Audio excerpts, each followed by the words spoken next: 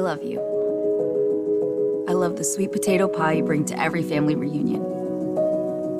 I love how you're my morning alarm, even when I ask for 5 more minutes. I love how you say you can't wait to walk me down the aisle, even if my partner ends up being my cat. I can't imagine a Sunday show, night in, night out, celebration, or dinner without you. I can't imagine any tomorrow without you in it. So today I say,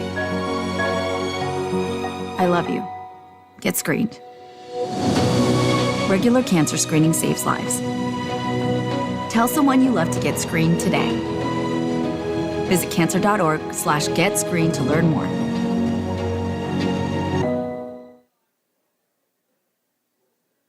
I love all the fans out there.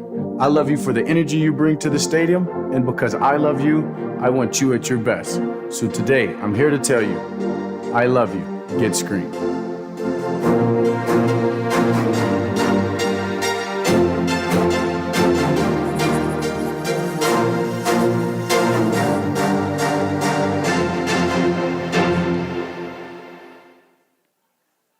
On game day, you see our strength, but we see yours too.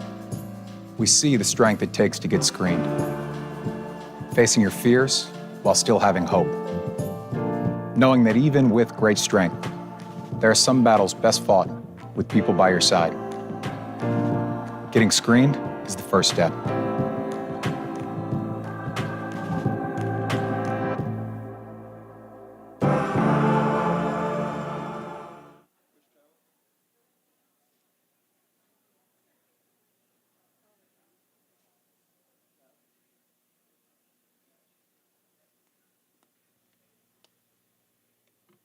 All right, hi everyone, how we doing?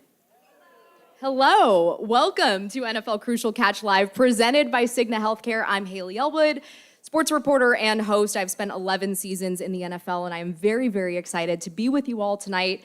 We are also so excited to have Cigna Healthcare as a new NFL Crucial Catch partner this season, and we applaud their commitment to bringing awareness to early detection, prevention, patients, and caregivers. Since 2009, NFL Crucial Catch and the American Cancer Society have partnered together to address cancer disparities, prevention, and risk reduction. And along with educating the public about the importance of prevention and early detection, the initiative also raises funds to help community health centers and health systems in under-resourced areas increase their access to cancer screenings. Now, every fall, Crucial Catch comes to life on the field, in stadium, on broadcast during weeks 4 through 6 of the NFL season. We've seen the hats, the hoodies, all the signage, but it is so important to remember that this is a year-round initiative. Since 2012, Crucial Catch funding has contributed to more than 762,000 screenings and reached over 1.8 million individuals who couldn't otherwise have access to these resources. Assessing your cancer risk is of the utmost importance, and it is easier than ever, thank you to Crucial Catch's partnership with Sleep Number. The Defender, presented by Sleep Number, is an online hub that can help anyone find cancer resources, locate their cancer screening centers, and assess their cancer risk through the Defender quiz. So we are so grateful also to Sleep Number for hosting tonight's reception immediately following this event, where you will be able to take the Defender quiz and get very cool prizes. But now it is time to turn things over to ESPN sportscaster and prostate cancer survivor Brian Kuster, tonight's panel moderator, for a deeper dive into the importance of cancer prevention, early detection, and the impact cancer has on patients and their families. Brian, take it away.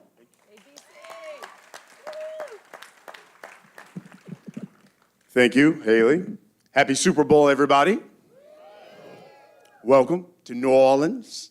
I am Brian Kuster, sports broadcaster with ESPN, do host some of the Sports Center shows, Get Up, call play-by-play for college football, college basketball, a little bit of NBA, so I do carry a lot of hats. Also a cancer survivor. And for me, happened about 11 years ago. I was in the best shape of my life, about 42 years old, went to my regular checkup, and doctor told me, you've got cancer. And he said it's aggressive. In fact, his words were, it's not effing around. I was shocked. I was shocked for the simple fact that at 40 was the first time that I had had a PSA test done. A friend of mine told me to do it. And then teased me, too, about it. Like, hey, you know, you go get a prostate exam, get your PSA done. You know what the doctor's going to do? He's going to take that little finger. So I was like, okay. I went and did it. And then I said to myself, I'm not doing that again. That was uncomfortable. So I didn't have it done at 41. And when I went and had it done at 40, my number was a 2.1. And for anybody who knows anything, once you get in those whole numbers, some issues, especially if the doctor will tell you any number over 4, you really need to talk to your doctor. But I was only, at the time, 40, and I had it 2.1 is what my PSA was. Didn't do it at 41, didn't take the PSA test. Did it again at 42. The doc said, I think we ought to do it. I said, nah, doc, you know, I already had it done. And he said, no, I'm looking at your records. You didn't. And so we did it again at 42, and he felt a bump on my prostate. Got the number back, it was a 5.4. So that number had basically more than doubled in a year's time. I remember he saying, look, you're young, it's aggressive, I recommend surgery for you. And I told him, I said, Doc, I've never really had any major surgery in my life. Can we do something else? Can I take a pill? Do something. He said, sure, we can try whatever you want. But the way this is and the way it looks, if it doesn't work, you'd probably be dead within a year. I was floored. Had surgery, and everything went great. A couple of years later, numbers started going up a little bit, and I had to go through 39 bouts of high-grade radiation. But here's the thing. I'm here, and I'm healthy. Why? Because I got tested, and I did it, and I was diligent. Hard-headed, but I was diligent about it, and had a doctor who was diligent about me getting tested. And if you do it and you catch it on the front end, you can be here 10, 11 years later in the best shape of your life and alive. And I think that's the important thing that we're trying to stress to you today. Cancer is not a death sentence anymore. You know, in fact, I'm just curious would you stand up for me if you're a person who's battling cancer right now or has battled cancer? Stand up for me. Stay standing. I want you to stand up for me then if you know you have a family member, maybe a friend, a coworker, you know that's battling cancer right now.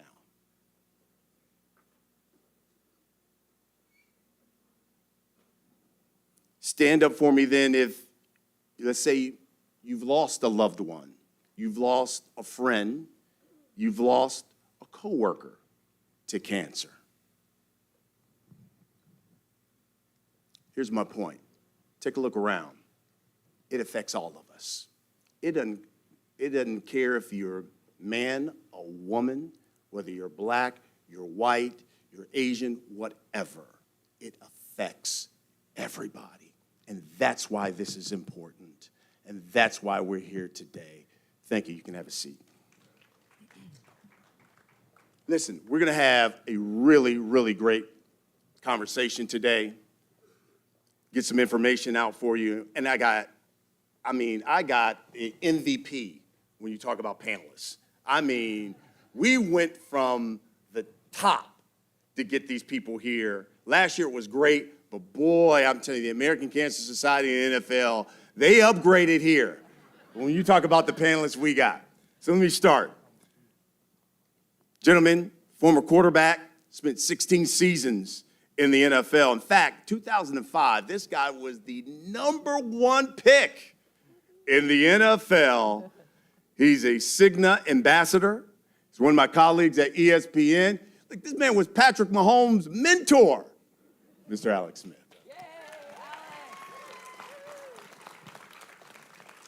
Sitting next to Alex, gentleman, 9 seasons currently with the Minnesota Vikings.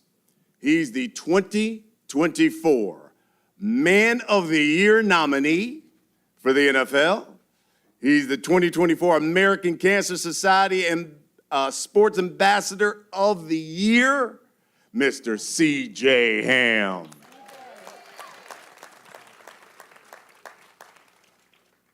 Sitting next to C.J. is the interim CEO of the American Cancer Society and the American Cancer Society Cancer Action Network. He remains a practicing cancer surgeon at the Howard University Hospital. Us Hampton grads call that the other HU. He's recently appointed by Howard University Board of Trustees as the distinguished Charles R. Drew Professor of Surgery. He is Dr. Wayne Frederick.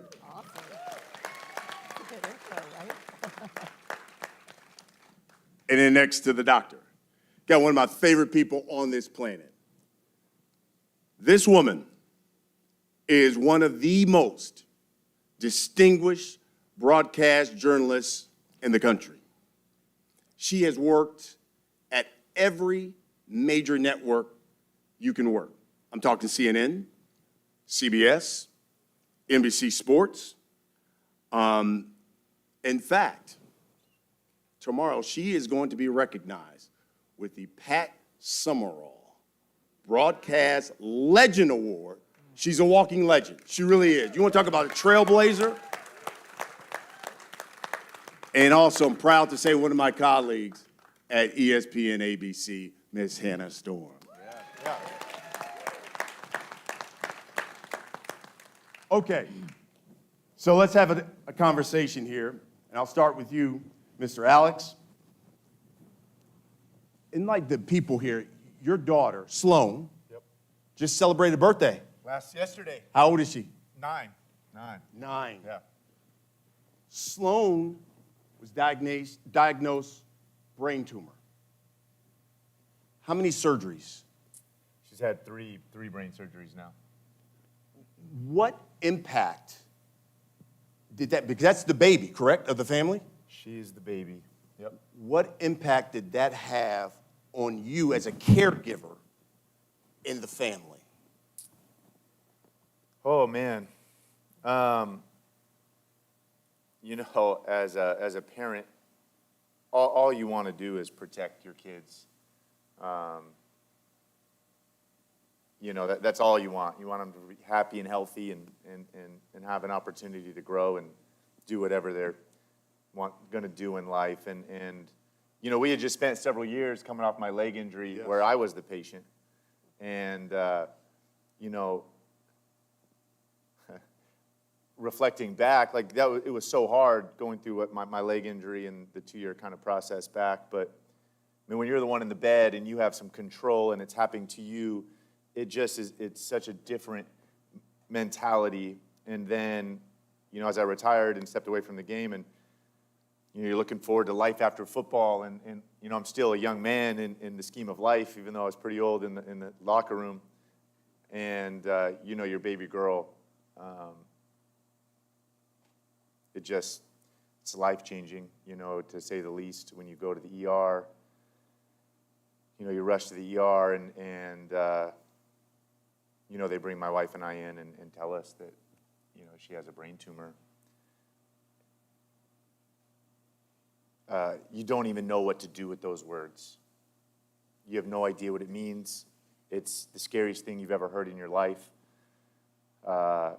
And, you know, that she was going to have emergency surgery the next morning, you know, that the A-team was coming in. Thankfully, we live close to Stanford's hospital, and that you didn't know the prognosis, right? All this unknown. You have absolutely no idea what's, you know, lays before her and us. And you're scared to death, and the unknown is terrifying, and you're trying to hold it together and be strong for her. You know, and the last thing you're thinking about is freaking, you know, your health care. You know, you just want what's best for her, and you're willing to do anything for it. And that's coming up on 3 years ago. Wow. Now, and she's had a brain surgery every year. And this is an ongoing, she's going to have a scan on Saturday. And Were there symptoms? Did you notice anything when she was little that you Yeah. said, maybe something's not right here? you know, leading up to it, in hindsight, probably the few weeks and months leading up to it, that she was off. You know, it's hard to put some things on it. Wasn't sleeping well.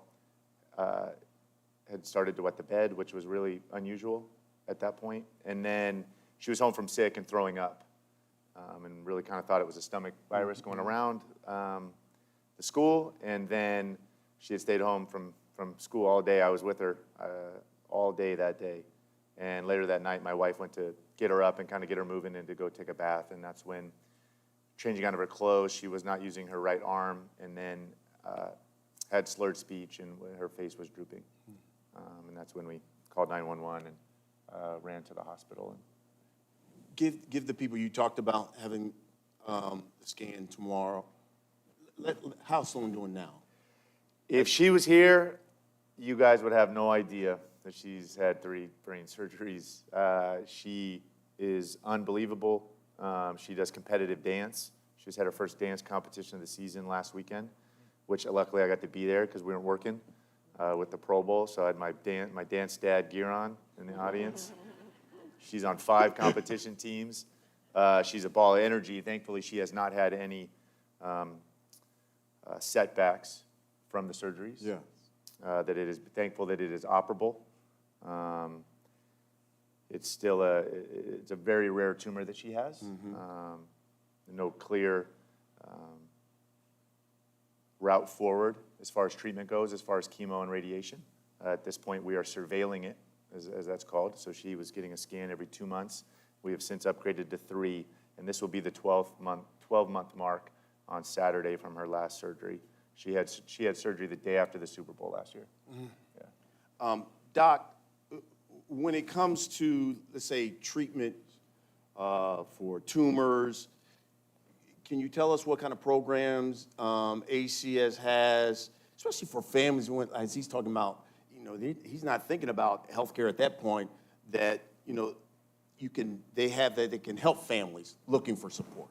Yeah, you know, first let me just say I'm a big Washington fan, so I'm a big Alex Smith fan. Not only your football, but just as a person, I've always admired you from far. I think what you've been through shows your resilience and grit, and obviously with, you know, what you're going through as well. Wish you the best, but appreciate the nobility with which you approach it. You know, we have different pillars at the American Cancer Society, one being advocacy, where we're trying to make sure that people can get testing. As a matter of fact, just yesterday, a bill was moved forward through Congress, bipartisan support, and sponsors in the Senate to get men with prostate cancer tested early. And so that's one of the things that we do at the American Cancer Society, try to make sure that there's legislation to allow for people to even get screened early, because if you're diagnosed earlier, we have a better likelihood of saving you. That's the first thing. I'll say the second thing that we do is our discovery pillar. We try to get people in research projects and participation in clinical trials. The reality is we have a dearth of participation in clinical trials, especially for underrepresented minorities. So we're coming up with information and data and treatments, but the people that we have tested it on don't necessarily really represent the full spectrum of people in our society. And then the next thing we do is patient support. And that pillar in particular speaks to a lot of what you know, Alex mentioned. It includes, we have Hope Lodges. We have 31 Hope Lodges around the country. We actually are trying to bring a couple to the West Coast. And those Hope Lodges allow people to stay there during their treatment, and their caregivers. So my first day on the job, November 2nd, I spent the day at the Baltimore Hope Lodge, met a woman from the Virgin Islands who was having surgery at one of our hospitals in Baltimore. And she was saying to me, there's no way she would have been able to come to Baltimore, spend 10 days at a hotel, go back and forth. The Hope Lodges have kitchens, you can cook there. We have areas where you can, make puzzles, you can knit. We have community nights where everybody can get together and watch a movie. So, a really special thing. And even in circumstances where they overbooked, we actually pay for those patients to stay in a hotel. So when we raise funds, that's some of what goes out in patient support. We offer people rides to their treatments as well. Something that may sound simple for the average American. You think about it, you spend a day getting chemo, you're not in the best physical condition. Yes, we know we have access to things like Uber, et cetera, but depending on how far you live, that could be a $50 penalty. And the last thing we do, I would say that is important around that patient support, is provide navigation. And I'll tell a quick story. When I first got back to Howard, I'm a cancer surgeon, mainly operating on patients with GI cancers, but I've taken care of patients with breast cancer in the past. I operated on a 40-year-old woman who had breast cancer, great operation, great outcome, and then she missed her first chemotherapy appointment. And I called her, and I have to admit, I was in my paternalistic, I am doctor, you a patient kind of tone. Why didn't you show up, et cetera, and went on for about 90 seconds.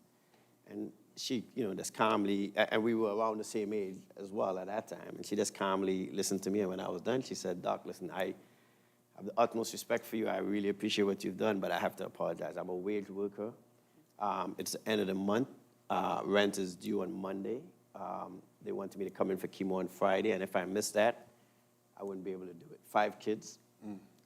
In a year, she, passed, and the eldest daughter had to take care of the other 4 kids. And I have to tell you, that brought home a reality to me around what is needed to support patients, right? So yes, you may get an operation and have to go get chemo, but who is taking care of all the other things you've got to take care of in your life? And I think the American Cancer Society tries our best to fill some of those gaps to make sure that patients can get to their treatments, but also navigate the systems, of our society, because these people are living lives every day, and they're complicated, and that's just something that we need to recognize as well.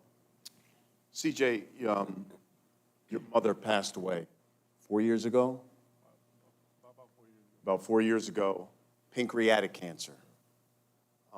And now that's your platform, bringing awareness to the disease, helping with support. Tell us why that's become your mission here, more than almost as much as football. Yeah. Because I realize just how important it is. My mother was the, first immediate family member that I had that was going through cancer, and she went in a day before her 56th birthday with just a little bit of stomach pain, kind of routine for her. She had gotten one of the weight loss surgeries about 10, 15 years prior, so she was used to having stomach pain. And the day before her 56th birthday, she went in, and that was when they found the pancreatic cancer. What they thought was, at the time, stage 2 pancreatic cancer. Just a stab in the heart to the family. My mom was the rock of our family. Nothing happened in the Ham household without her. We couldn't brush our teeth without her. couldn't go to the bathroom without her. She just did everything for our family. And they thought it was operable, and in the operation they found that it was stage 4, which is a whole nother stab in the heart, a whole nother uphill battle that you have to come face to face with and realize what that means, right? And I just can't help but think, after all these years, if she would have found out a little bit earlier. I know pancreatic cancer is a hard cancer to beat. It's very aggressive. But if she would have known a little bit earlier, she would have had a better chance. I think that just perfectly aligns with American Cancer Society, the NFL Crucial Catch, getting screened. So I just know I have a platform now to put that out there and let everybody know, hey, it's important to go and get screened. You need to take care of your body. Don't be fearful of it. Your health matters. Life is too precious.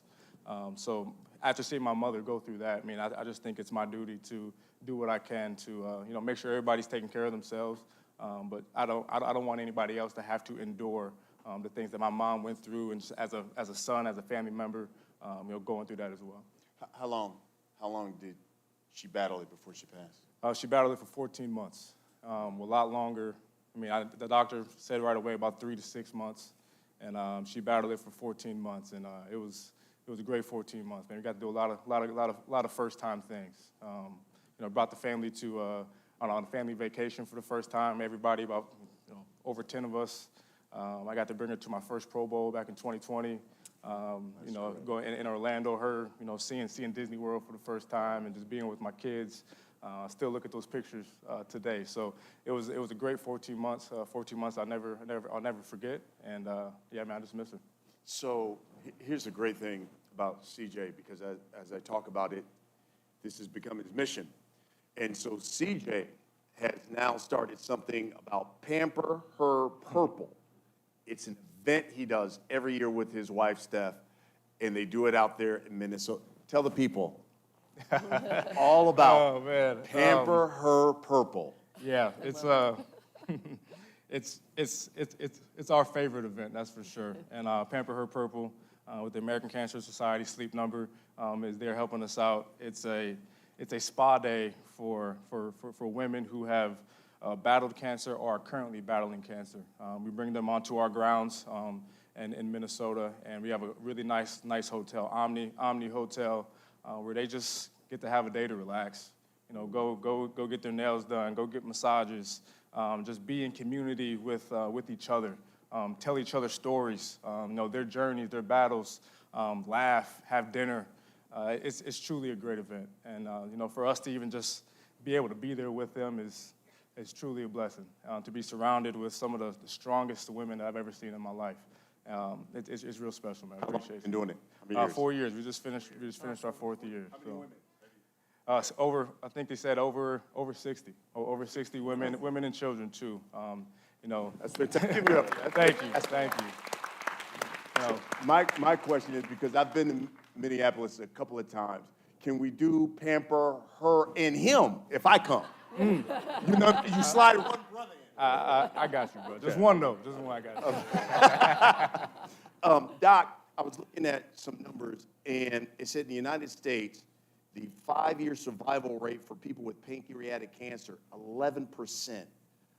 Why is the survival rate so low? Yeah, this is one of the cancers that I primarily treat. And as CJ was saying, a big part of the issue is that where the pancreas is located, it's very difficult to make the diagnosis. So oftentimes what happens is one of the first indications people get is back pain. And when you think of back pain, you don't think of the pancreas, you think of something wrong with your spine or your musculoskeletal system. And a lot of times people get workups related to that, or they're slow to go to the hospital because they're trying heat pads, et cetera. The second thing is your common bile duct, which is the duct that brings bile from your liver, that can get blocked. And as a result, the bilirubin in that bile can cause yellowing of your eyes as it gets backed up into your system. That yellowing of your eyes is also something that takes place gradually. So if you're living with someone, oftentimes that person doesn't even realize that this other person's eyes are getting yellow because it's happening gradually. You see somebody every day, it's like your kids. They grow in front of you, and you don't make sense of it. So every now and then you walk in the house, and you're like, wait a minute, this kid is 6'1", what's going on here? And it's the same thing with the yellowing of your eyes. But somebody comes home for the holidays, and then boom, they're like, wait a minute, your eyes you're like a Christmas tree, and nobody else noticed. So that late diagnosis is the problem. If 100 people get it, I would say 85 of them show up with non-operable disease. It's either spread too far or is invading other organs. And then of that 15, just like as CJ described with his mom, if we were able to even work that 15 up to get to an operation, 3 of them are going to fall out for one reason or another. And then of the remaining 12, we're going to get into the operating room, and another 2 or 3 we're going to find something we didn't expect. And so by the time you operate, you're operating on 8 to 9 of 100. And then that operation is a very difficult operation. But as CJ said, if you get diagnosed early, the outcome is different. Yes. Every October 5th, I get a gentleman who calls me on October 5th, 2005. I operated him for pancreatic cancer, and he's called me every October since, and he will do the same, hopefully by the grace of God, this October, which would represent his 20th year of survival. Very unusual. The second patient I operated on survived for 13 years, and then since then, the statistics are exactly as said, and unfortunately, that is the 5-year survival for all comers. But if you can get to an operation, it could be a very different outcome. My follow-up to you, Doc, is, and you, listening to CJ and what you just said, it reminded me of prostate cancer, because so many people ask me all the time, like, did you have any symptoms? I didn't have nothing. I told you I was in the best shape of my life. I was shocked. I mean, I didn't have any problems going to the bathroom, and thus the reason why, as Doc knows, they call prostate cancer the silent killer. Mm-hmm. Because a lot of times, once you have those symptoms, sometimes it's too late. And I remember talking to my doctor about it, and I said, what would have happened had I not gone to the doctor and gotten checked? And he said, well, where yours was really aggressive, and it was at that stage where it was getting ready to spread, and as doctor would tell you, the first place it goes is to your spine. And he was saying, you probably would have woke up with the worst back pain that you've ever had in your life, where you probably couldn't even gotten out of the bed, and that's when you would have known it's too late. That's exactly right. And you would have gotten a workup for the regular causes of back pain, yes, especially seeing that you were fit. Yeah. We would have been, concerned about you pulling a muscle. You'd have gone back to some exercise you did that you felt, and all of those things would have continued a little bit of a delay until eventually somebody would have said, okay, we got to get an x-ray, and lo and behold, you would have had. So why is it so important that you have guys like CJ out here who's on this mission, especially with pancreatic cancer, hitting that bell saying, hey, look, you need to know about this cancer, you need to know about in getting checked. Why is that so important? It's critical. Pancreatic cancer is just so lethal. The incidence of pancreatic cancer has been going up 1% per year for men and women every year. But the death rate is unabated. So as many people get it, as many people die almost every year. And so we've got to get people thinking about it. So the minute you get symptoms, we want you to think of the very worst case scenario, because that conversation with a physician is going to help. The second thing that I think CJ has pointed out is, that vacation with the 10 family members, the secondary impact of that is that anytime any of them show up with an issue, they're more likely to say, I have a mom who had pancreatic cancer or an aunt. And so again, that family history knowledge is important. And the last thing I think about what CJ said that I hope all of us in this room will always be cognizant of is, just as you had all of us stand at the beginning, the caregivers' support is so important, and caregivers go through a lot. And as CJ was saying, he had a wonderful 14 months. But the fact is he could have walked away after those 14 months, and he didn't, right? He stayed in the fight. He's trying to make sure other people don't go through what his mom went through. And on top of that, he's even going another distance and pampering them. So I know you promised, one spot for the male, but I hope if I show up, I get it. I'll just take a manicure. That brother's going to take a manicure, pedicure. Yeah, I want that whole deal. But my point is, I really appreciate the fact that, again, you've stayed in the fight, and you're not just concerned that I took care of my mom, but you're trying to make sure that we all can take care of our families. Really quick, Doc, I know the American Cancer Society just released here recently its 2025 Cancer Facts and Figures, their report. So can you enlighten the people what it revealed? Yeah, first I would say the headline is we're doing a better job. If you look at from 1991 to now, the death rate is going down. We were on a trajectory in 1991 that this would have been a really major issue. It's still the second cause of death in America, so it's problematic. But because of different things that we've done, we've probably avoided 4.5 million deaths from cancer since 1991 as a result of getting people screened, having people be educated, and advocacy. But there are three things that are very concerning in the report. The first is that the disparities in outcome for underrepresented minorities is persistent. African Americans and Native Americans are 2 to 3 times more likely to die from from any kind of cancer. Black women in particular are less likely to get cancer than the rest of their counterparts, but 37% more likely to die when they do get it. And that's a problem. We have to close that gap. The second thing that's concerning is that we now have women with an increased incidence, an incidence that is higher than men for the first time. That's not something we've seen before. We're not sure about all of the reasons why, and yes, we're looking into whether men are doing a better job of getting screened, or a woman, probably not doing certain things, and we're looking at that. And some of it is also concerning because, like, when you look at lung cancer, if you're 64 and younger as a woman, getting lung cancer, although you don't smoke, is actually going up. And that's concerning as well. Even women who are not exposed to secondary smoke. So we're very concerned about that. And then the last thing that I would say that I think we need to be paying attention to is younger people are getting cancers. As mentioned, I'm a Howard alum. My 2018 commencement speaker was Chadwick Boseman. Got to know him really well. We have no screening mechanism that would have caught a colorectal cancer in a 30-something-year-old guy, and worse yet, that it was stage 4. What a lot of people don't realize is Abraham Kendi, who Howard just hired, also had a stage 4 cancer diagnosed around the same time. Here are 2 fairly prominent African-American young men who show up with a stage 4 cancer. There's no colonoscopy, there's no guideline we have right now. So the other thing that we want people to be aware of is to please think of the possibility that this could be a cancer in your first discussion. Don't have blood in your rectum and your stool. Don't have abdominal pain or something unusual that is abnormal, and not go seek some help. Yes, it's more likely than not to be something benign. Let me just be very clear. But we want people to be at least sensitive and aware that they need to be asking certain questions when they show up. It's a great point. I remember when I went into surgery there in New York City, I was 42, and they told me the guy who had been in surgery before me earlier that day was 35. Mm-hmm. So again, we end that stigma that it's not this old man's disease, it's trending younger.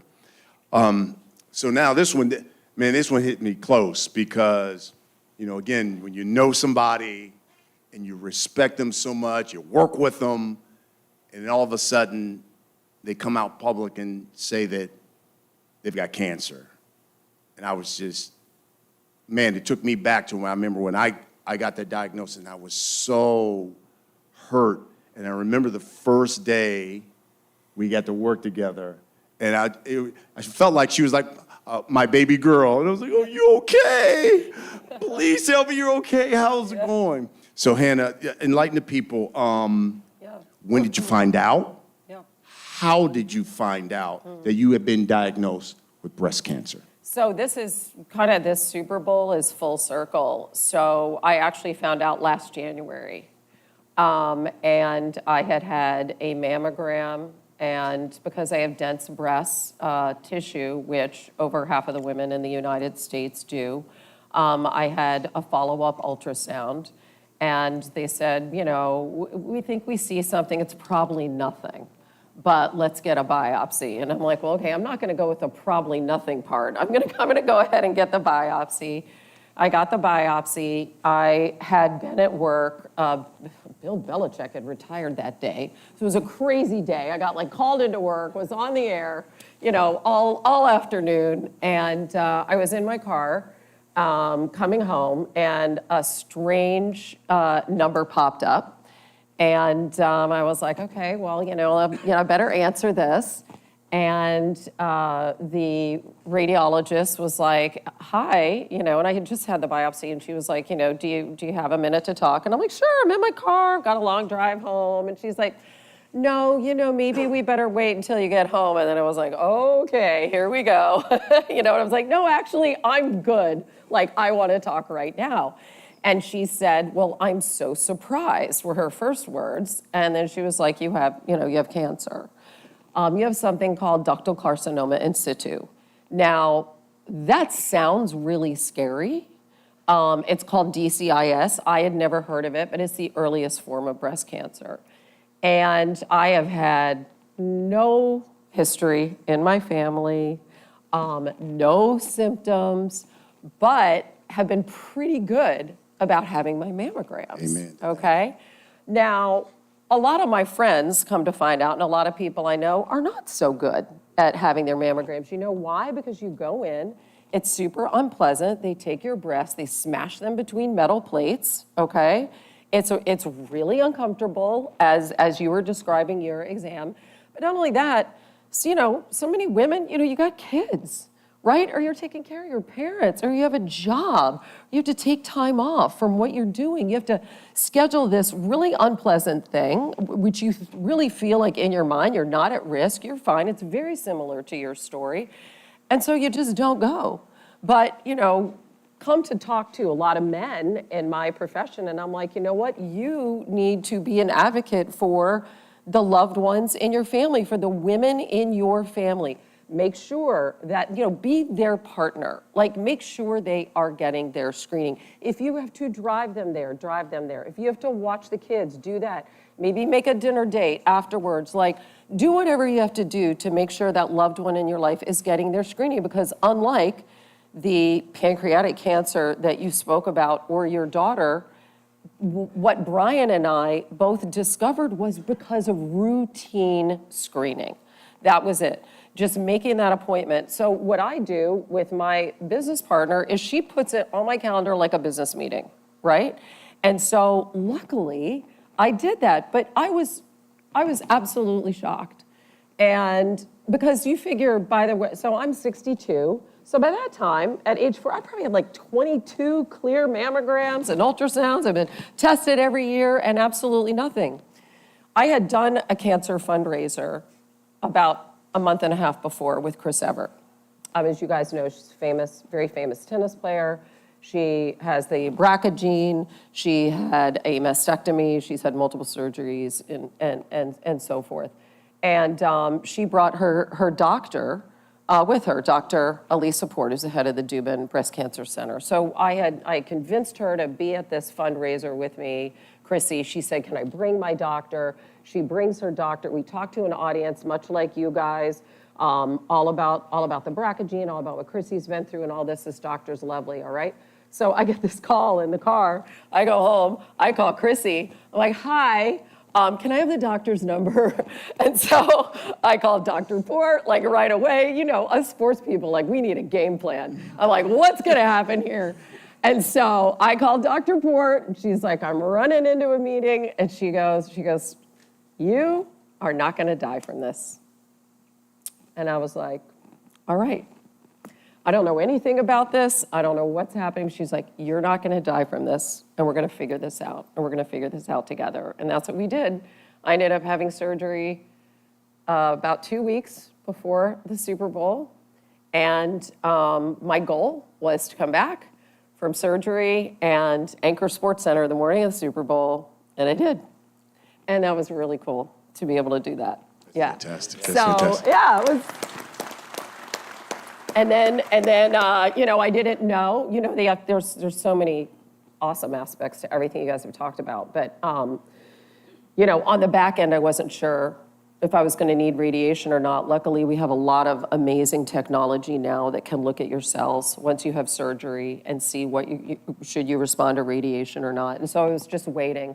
And then I went public and to tell my story, because I feel like, if you're able to share your story like we are today, and if it inspires like one person to get a mammogram, or it inspires one person to pay attention to symptoms, or, by sharing your story, and these are like really personal things, right?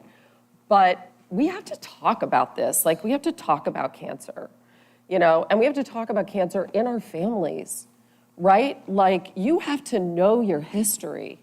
Like, we're all gonna be together for Super Bowl weekend. Like, take some time if you're with your family, the next time you're with your family, like, find out grandparents, parents, your parents' siblings, like, what is the cancer history there, right? Simple questions that help you assess your risk. And then if you are at risk, you might wanna do genetic testing, which is really simple and easy. which is a blood test or a saliva test, which in 90% of the cases is fully covered by insurance. Just so you have the knowledge, like, I know it seems scary, right? Yeah. Like, scary to know, wow, I might have a chance at getting this kind of cancer, but like, if you're armed with that knowledge, then you understand, even at a young age, maybe you do need more screening. You know, maybe you do need to be more proactive. So just understanding your family history and talking about it is just so, I didn't know that you could get a risk from your dad and your mom's side. My dad died of cancer during COVID. I had no idea that that would be something that would affect me or make me more likely to have cancer, but it does in some cases. Based off everything, you've given some great advice.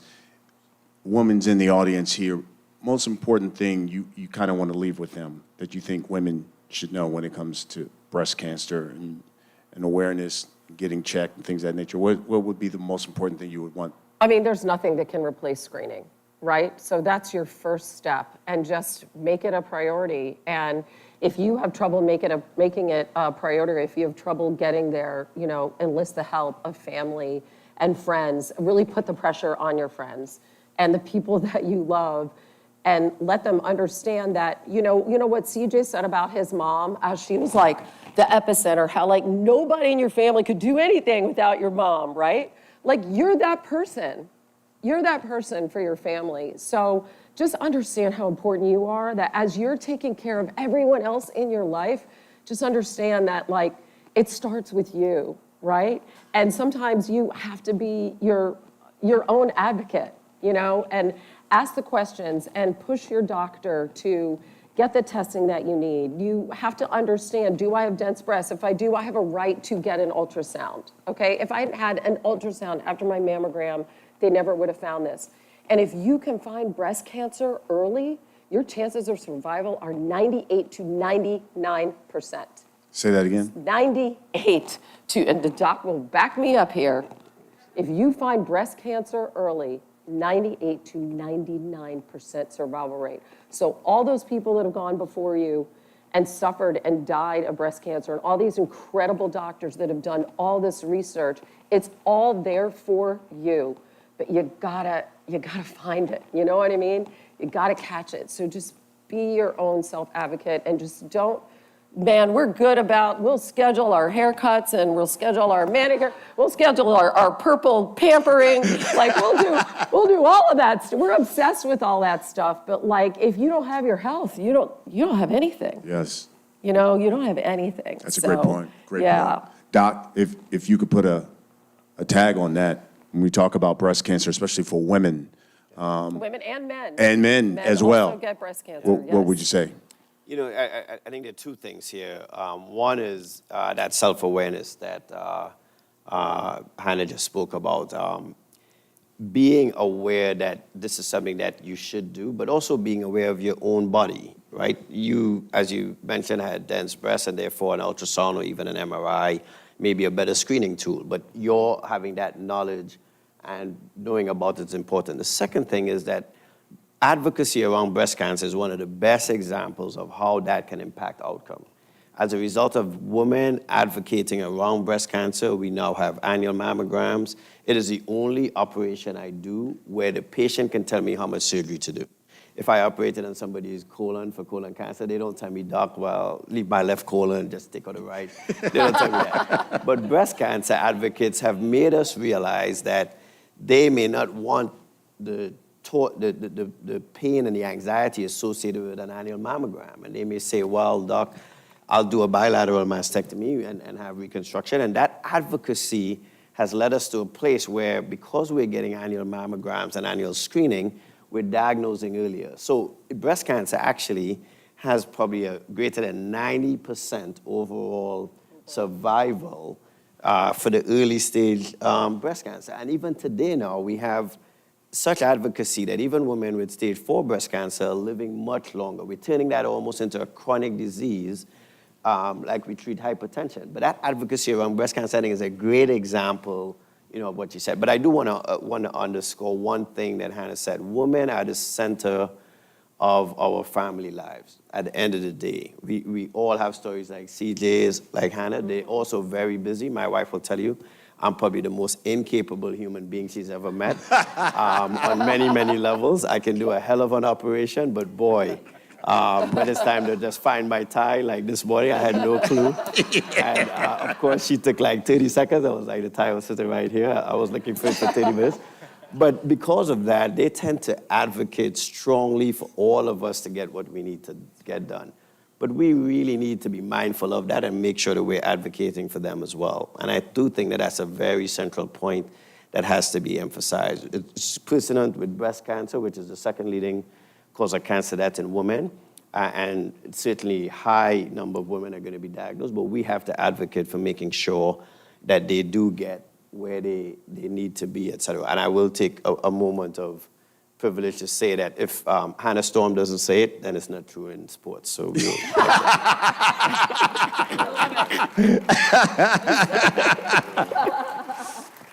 Pat Summerall, broadcast legend. I just want to add one thing. When you're talking about your family history, Yeah. okay, we got to demystify cancer, by the way. We got to talk about this stuff.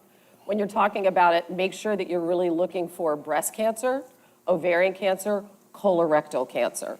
Okay, when we're talking about the risk for your daughters of cancer, right? Make sure that that those are like cancers that you really have to pay attention to in your family history. I just wanted to say that. Absolutely. Yeah. Now that you've heard from the panel, I'm sure there may be some people out here who may have a question or two. So we're going to allow you to do that. Take a few moments to answer some questions. I see we have a mic there. If you just raise your hand, I know there's a member from the ACS and the NFL, our team, who will bring you the mic even if you have a question. So if you raise your hand, get a question for one of our panelists. I see a young lady there in the back. Maybe, why don't you come right down here? That'd be great. See, they have the mic set up. Hi, I'm Kelly Singh. I actually am here this week as a media member. It was my third Crucial Catch event. So thank you so much for hosting this huge upgrade from last year. So congratulations to everybody for that. Hannah, thank you for sharing your story. I had invasive ductal carcinoma almost 2 years ago. And so I related very closely to everything that you were saying. So thank you for sharing your story. For the doctor, do you think, I was 44 when I was diagnosed. Do you think the age of screening needs to be lowered in women? I have no family history or genealogy issues. They said it's environmental was just the catch-all. So sure. Age, perhaps. Yeah, you bring up a good question, and I'll be frank with you. When we look at screening guidelines, in the country we do have what's called a preventative task force that is tasked with coming up with the guidelines, and we really do those by probabilities. But I always tell people, if you're the one person, the probability is 100%. And we do recognize that people may get diagnosed earlier, et cetera. And obviously, again, things like, who's going to authorize you getting it done, which doctor's going to recommend it, all of those are challenges. So what I would say is that one thing that we're realizing, especially from this year's cancer report, is that younger people are getting cancers. I don't necessarily think that we need to drop the age, but what we do need to do is not have a one-size-fits-all for the entire American population. I think we need to start basing our guidelines on family history, on your own personal history in terms of what you do, your health exposures. And I think using those, we can then come up with guidelines that probably are modified. So in your circumstance, for instance, as Hannah was rightly saying, you now are an index case in your family. If you have a daughter, we probably do need to consider her getting her first mammogram before 45 or before 40, as the recommendations we may suggest today. And we may suggest maybe 35. Or maybe we say, based on your family history, the person should get screened 5 or 10 years before that incident. In somebody like C.J. Ham, when we think of his mom being diagnosed with a pancreatic cancer at 56, we don't have a screening tool for pancreatic cancer. Maybe we should. Maybe CJ should get an annual CT scan or every other year. Those are all things I think our research on population science is kind of looking at, so that we can find a medium between over-screening, because there is a concern about that as well, and the anxiety that will come with that, but probably finding it just right based on everybody's own circumstance and not just a one-size-fits-all. Thank you so much. And on the dense breast topic too, women in the audience, if you think you have dense breasts or you've been told that you have dense breasts, you have to advocate for yourself to get more than just that mammogram and ask for a sonogram or ultrasound. It's okay to ask for that. It's the law now. It's the law that your doctor has to inform you whether or not you have dense breasts, just so you know. So make sure that you ask that question. It's nothing you can feel. Right. Okay, it has nothing to do with the size of your breasts or anything like that. It just means that the tissue is such that when you get a mammogram, it's hard for them to tell the good stuff from the bad stuff. Like that's the most simple way I can say it. But you are required by law, your doctor is required to tell you, and then you should be getting that second screening, right? Yeah, and while the question is coming to the mic, the other thing that I think is going to be revolutionary in this is we're starting to use, radiologists are beginning to use AI tools to interpret readings of mammograms, et cetera, which will increase the likelihood of us finding things. And in dense breast, the issue there is that a tumor may be hidden in the density, so that the usual shadowing and so on you may see in a mammogram, you don't see because the breast tissue is so dense that a tumor may really hide. And it's why, as Hannah is saying rightly, we want to use multiple modalities to try to get to the answer. We've got time for one more question. Yes, sir. Hey, I'll try and be brief. It's sort of a comment and a question. I'm a pediatrician. Obviously, I believe in prevention, and I want to thank y'all for being advocates for cancer prevention and just advocating for prevention in general. The other thing I just want to kind of slightly bring up is I'm a scientist. I love science. I love the technologies that we have that allow us to save lives. And I just want to kind of make a little mention and a plea to everyone in the audience to promote science, ongoing investment in science, ongoing investment in public dollars for National Institute of Health Science. There's a lot of changes in our country. I believe in our democracy. I love the people here. I became an advocate by working at a big charity here in New Orleans many moons ago. Welcome to Louisiana. Have a great Super Bowl. But pay attention to what's happening at the national level. Without science, y'all wouldn't all be sitting here. And none of us would. Well, but in your positions that you have and the platforms that you have, please continue to promote science as the answer to help us live longer, healthier, safer lives. Thank you. Thank you very much. Thank you. I'll wrap it up with this, and I guess question for everybody here on the panel. Start with you, Alex. If there is someone who's going through a cancer diagnosis right now, either as a patient or as a caregiver, in your instance, give them some words of encouragement. What can you tell those folks right now? Oh, like, it's the conversation I have with myself. Yeah. You know? I mean, because they may have a Sloan. Yeah. And they're thinking, the world is over, her world's over, my world's over. Yeah. What could you tell them? I think Hannah hit on something on this demystifying cancer. You know, when I heard those words and brain tumor, you know, you don't even know what it is because it's this dark thing. It just, you know, it's a death sentence. You don't even know, and there's so much unknown. And for me, we've been thrust into specifically this pediatric brain tumor community.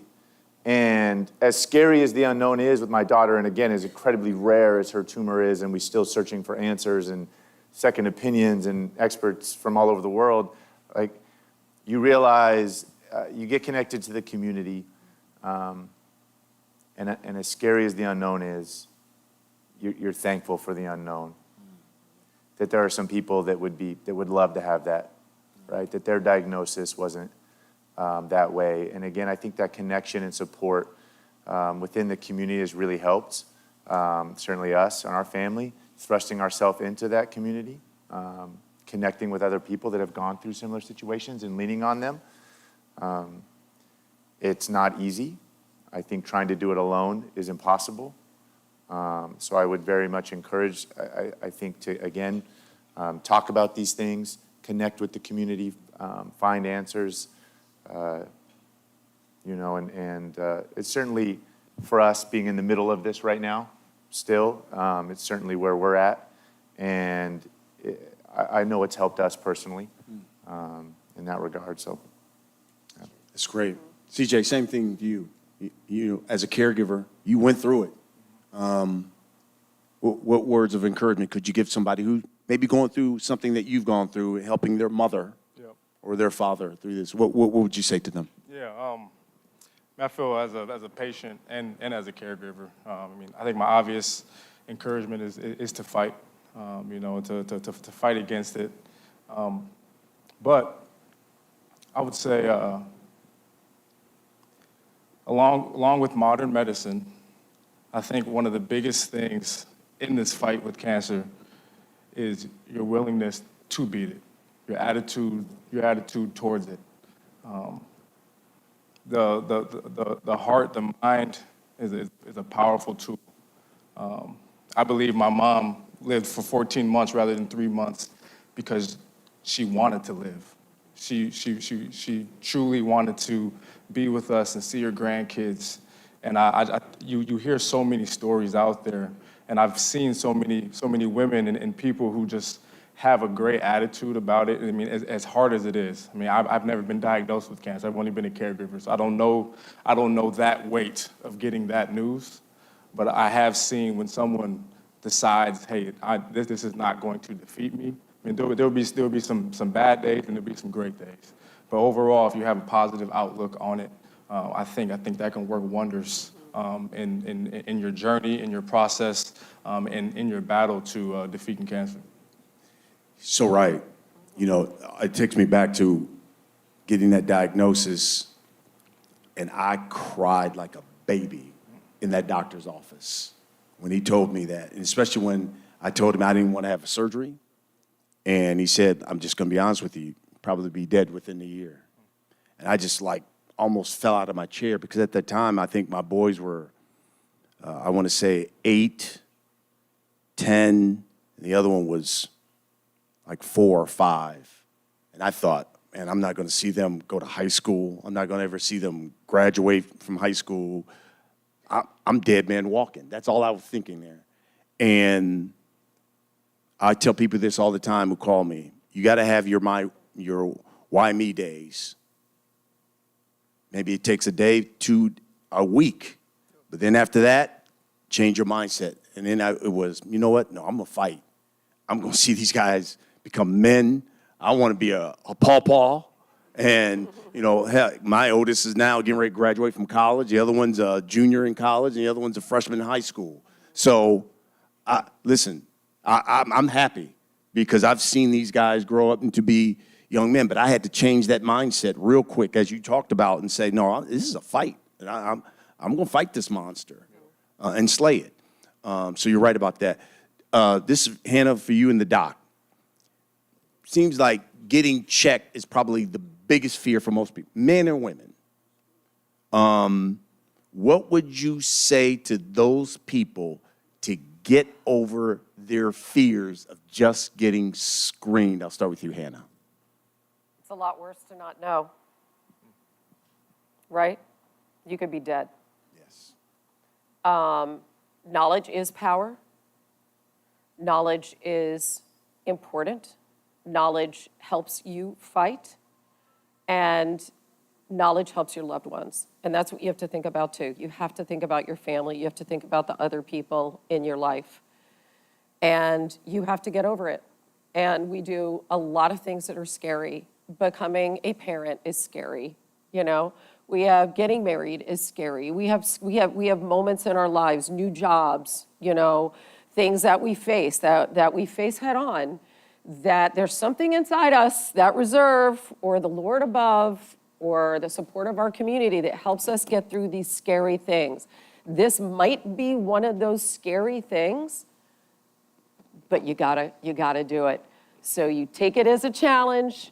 You go inside that reservoir of strength that you do have inside of you, and you say, you know what? I'm gonna find this out. And then when I find out, I'm not going to be afraid. I'm going to fight.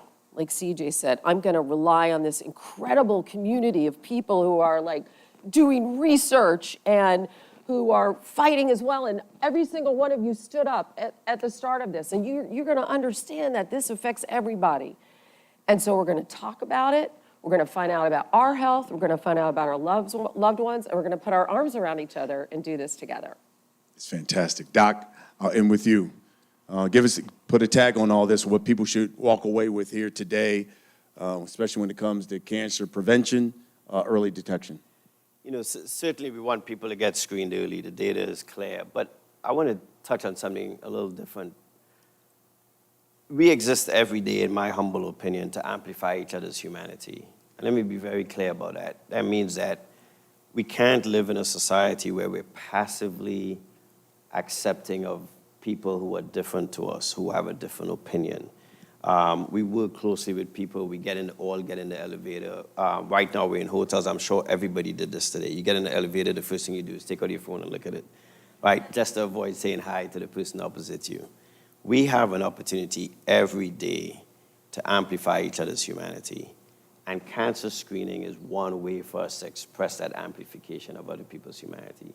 We should get involved in taking care of each other. And one of the best ways we could do that is to amplify each other's humanity by saying to that person, that loved one, that friend, to support them, to say to them, I will go with you to your screening. I'll help you schedule the appointment. I'll watch the kids for you. I'll take you out for that tub of ice cream after, et cetera. Right? I will pamper you in the way that, you know, CJ talks about pampering. But in all seriousness, we have to take that beyond just a diagnosis of cancer. I think, as the pediatrician said, we're going to have differences, but let's look for the opportunities where we can come together. We're discussing a wide variety of topics in our country now that we don't all agree on, but there are areas where we agree. Something as simple as people who live in rural areas. Some of them are traveling over 100 miles to get a screening test. That's a diversity issue. It's an equity issue. It's actually an inclusion issue. So we may not use the same language, but we have to use the same sentiment. And the underlying sentiment is that we all have a humanity that should be amplified by each other. Certainly want to thank all these panelists. I want to thank Cigna. Hey, look, Cigna is our healthcare provider at ESPN ABC. So shout out to Cigna. We love you. We love you. Sleep Number, thank you for what you've done. You know, I did this last year and met the people from Sleep Number, and I told them I travel every week, so I'm on the road every week doing games. And I said, I don't really sleep very well. And the guy said, why don't you buy a Sleep Number bed? I was like, man, get out of here. I bought a Sleep Number bed this summer. I ain't slept as good. Man, I got some good sleep going on when I go home. So thank you to Sleep Number, but more importantly, thank you to these folks. You know, I did this last year, and I couldn't wait to come back this year because the stories you hear from these guys, and you know, I get to work with these people, but now you see and hear what they've been going through. So thank you, Alex, man, and happy birthday to Sloan. Yeah, thank you. We wish nothing but the best for Sloan. CJ, brother, it's great what you're doing in Minneapolis. The best of you and Steph, and keep doing the Pamper Her Purple. I'm straight up going to crash that party one of them days. And I'm like, Doc, I want a manicure, the pedicure. I want the whole thing, though. Hannah, I mean, I'll see you at work. And she is radiant. Her family's great. I know her husband is probably here. So shout out to Dan. And she's getting the Pat Summerall Broadcast Legend Award. It's a walking legend right there. Raise money for St. Jude's. For St. Jude's. Yep, for St. Jude's. There she goes. I mean, that's why I said she's one of my favorite people on the planet. She's just a great person. I'm so happy that you're healthy. And Doc, everything you're doing for the American Cancer Society and there at Howard, my HBCU brother, thank you for doing everything you're doing. And thank all of you guys. Haley, back to you. Good job, BC. Yeah. Yeah, thanks so much, Brian, and thank you again to all of our panelists for this important, impactful conversation, and all of you with us today and watching virtually. Thank you so much. And as we've talked about, all of you can take the next step in risk reduction. So take out your phone, scan the QR code, visit the Defender presented by Sleep Number to take your cancer assessment risk quiz for that risk. You can also find screening locations, 24/7 support, and additional cancer resources. We really hope you enjoyed this discussion. Be sure to talk to your loved ones so we can all make that crucial catch. But before we get out of here, we have a very special surprise courtesy on behalf of the NFL and American Cancer Society. As we know throughout the season, the NFL recognizes individuals doing amazing work in the community. So at this moment, I would like to take a moment to welcome Dr. Everett Bonner up to the stage. So you can actually cut through that door, we'll guide you up there. But as he makes his way up, we'll talk a little bit about him. He began his work in breast cancer early in his surgical training. But when his wife was diagnosed with breast cancer 4.5 years ago at age 45, and his 2 daughters became considered high risk, he became an advocate for high-risk breast cancer patients. After discovering that East Baton Rouge Parish and the surrounding capital area had higher incidence of breast cancer than the state and national average, Dr. Bonner wanted to provide better access to cutting-edge diagnosis, treatment, and technology to an underserved population. And this was how the high-risk breast cancer clinic at Baton Rouge General Mid-City was born. Baton Rouge General provides specialized breast cancer care to uninsured or underinsured at-risk women and was an NFL 2023 and American Cancer Society Crucial Catch Change Grant grantee. And since that grant ended, Dr. Bonner has expanded access to the clinic's services and added a mobile health unit that goes to specific hotspot areas in the community to perform risk assessments and breast exams. Annually, that clinic is currently seeing 300 high-risk patients. So Dr. Bonner, we are so grateful for the work that you do, and we are so excited to announce that you are now being recognized by the NFL and American Cancer Society for your dedication. So on behalf of the NFL and ACS, we got CJ out here? Right here. All right, CJ, let's show Dr. Bonner what he's getting. How about There we that, go. Doc? You're going to Super Bowl Doc. 59. It's fantastic.